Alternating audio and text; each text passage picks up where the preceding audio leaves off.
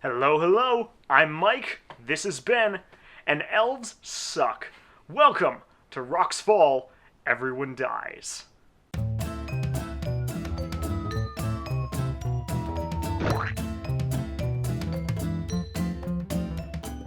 Magic items are supposed to be rewards for your achievements. They're supposed to be fun. But sometimes one of those rewards seems predestined to tear apart the entire game and leave everyone scattered in different planes of existence. Today, we'll be covering 5 magic items that are less of a reward and more of a punishment. Number 1, the Luck Blade and the Ring of 3 Wishes. Both the Luck Blade and the Ring of 3 Wishes tie for this place on our list, mostly because they give the same effect. Free magical wishes. Now, this can be a completely good thing. Everyone wants to wish for mountains of gold or the world's biggest, sword. But it depends on 2 very important things. Whether or not anyone making the wish is a jerk, and whether or not your DM specifically is a jerk. That's right, if Dragon Ball Z has taught us anything, it's that power levels don't mean anything. And if it's taught us 2 things, it's that people are probably going to spend their wishes on immortality and other evil stuff. How do you know that the party rogue isn't going to wish for all the money in the world and bankrupt the world's economy?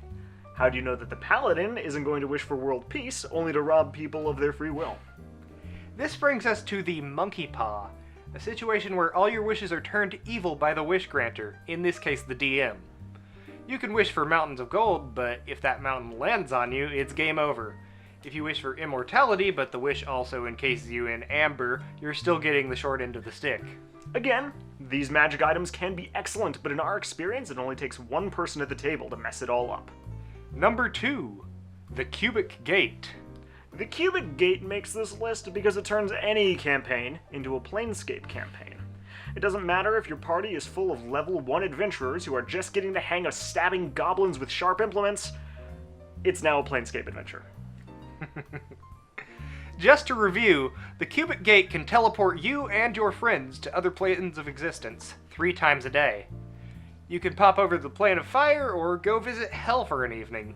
It doesn't really matter what intrigue was happening in the tavern back on Earth. Now you're surfing in the elemental plane of water or partying down in the Feywild. That old campaign is over. You're doing planar stuff now. Number 3, the Efreeti Bottle. As we've already mentioned, people cannot be trusted with magical wishes, especially the friends you play D&D with. Those people definitely can't be trusted. The Efreeti Bottle is basically the magic lamp from Aladdin. It's got a genie inside, and it might give you magical wishes. However, this isn't your normal friendly Robin Williams genie. It's an Efreeti, which is an evil fire genie from the plane of fire that hates giving out wishes. Think Jafar from the end of Aladdin. Spoilers for the Disney classic Aladdin. How dare you? So, to be precise, you've got a 10% chance of wishes. And if your DM has any sense, those wishes are going to be twisted against you monkey paw style.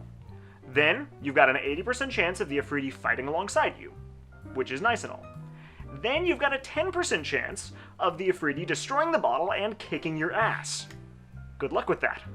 Number 4, the Eye of Vecna. As some of you might know, Ben and I have a bit of an affiliation with Vecna, the maimed god of secrets and lichdom. However, we wouldn't even take the Hand of Vecna or Eye of Vecna no matter who offered them to us. Don't get us wrong, these magical items have serious power, but the Eye of Vecna is specifically out to get you. The Eye gives you true sight, the ability to see through all illusions and obscurements and literal X-ray vision, along with a ton of great free spellcasting. However, to use the eye, you have to gouge out your own eye and stick the Eye of Vecna in its place.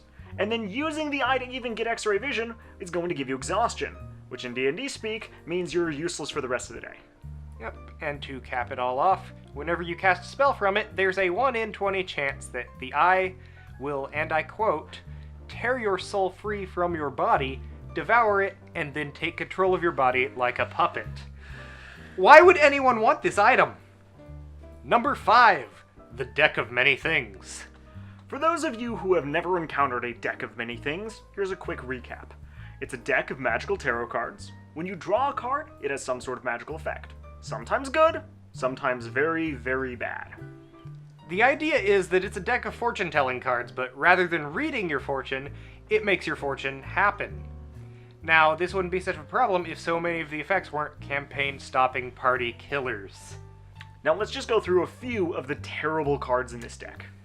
Balance switches your alignment completely. Everything your character stands for just got thrown out the window. Drawing Donjon locks you in an extra-dimensional prison that can't be located by any means short of a wish. The Flames card makes an enemy of a powerful devil, who will seek to ruin your entire life in any way possible. If you draw Ruin, you lose all your wealth, other than magic items. If you draw Talon, you lose the magic items too. Drawing the Skull card summons an Avatar of Death, literally the Grim Reaper, to fight you. It's 20 AC, but it's kinda takeable. It's surprising considering death and all. The Void card, however, steals your soul, hides it in an object, and guards it with one or more powerful monsters. And even some of the cards in the deck that are supposed to be good are pretty awful. The Comet card, for example, lets you gain a level, but only if you single-handedly win the next encounter you come across. That alone will likely get you killed. And the Throne card gives you a castle of your very own, but it's infested with monsters that have to be slain before you can claim it.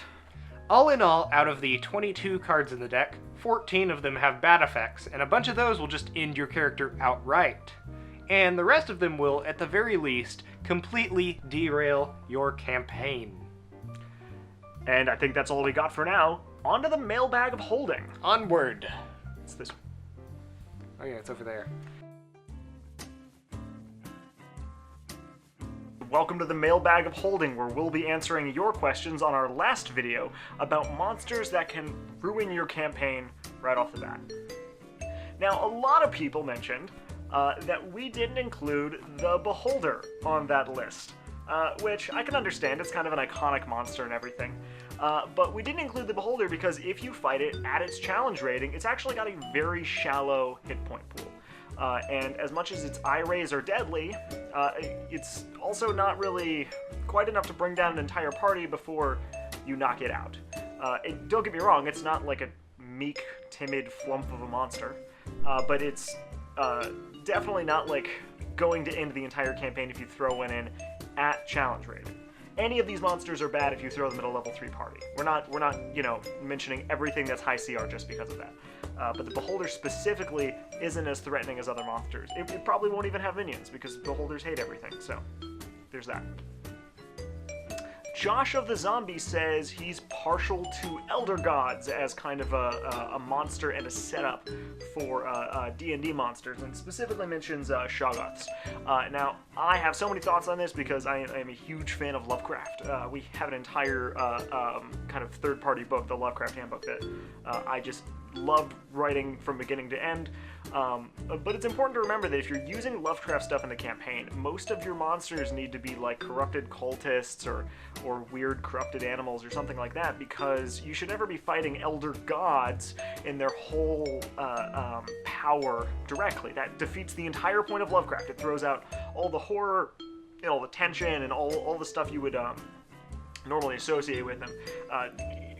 You're not supposed to fight them. They're like demon princes or gods or something. Don't give them a stat block. Don't let people beat them up. It ruins the entire Lovecraft thing. So yeah, Shoggoths are great. Elder Gods themselves, not so much.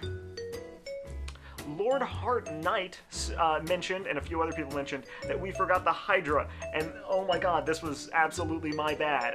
We were looking for one more monster to add to the list, and I completely forgot about the Hydra.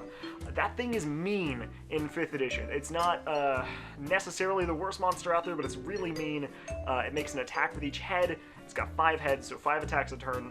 That's basically on CR, but if it takes more than 25 points of damage, it loses a head, and the next turn sprouts 2 of them. So you've basically only got a couple of rounds to throw a lot of damage on it before it multiplies up and wipes the whole party.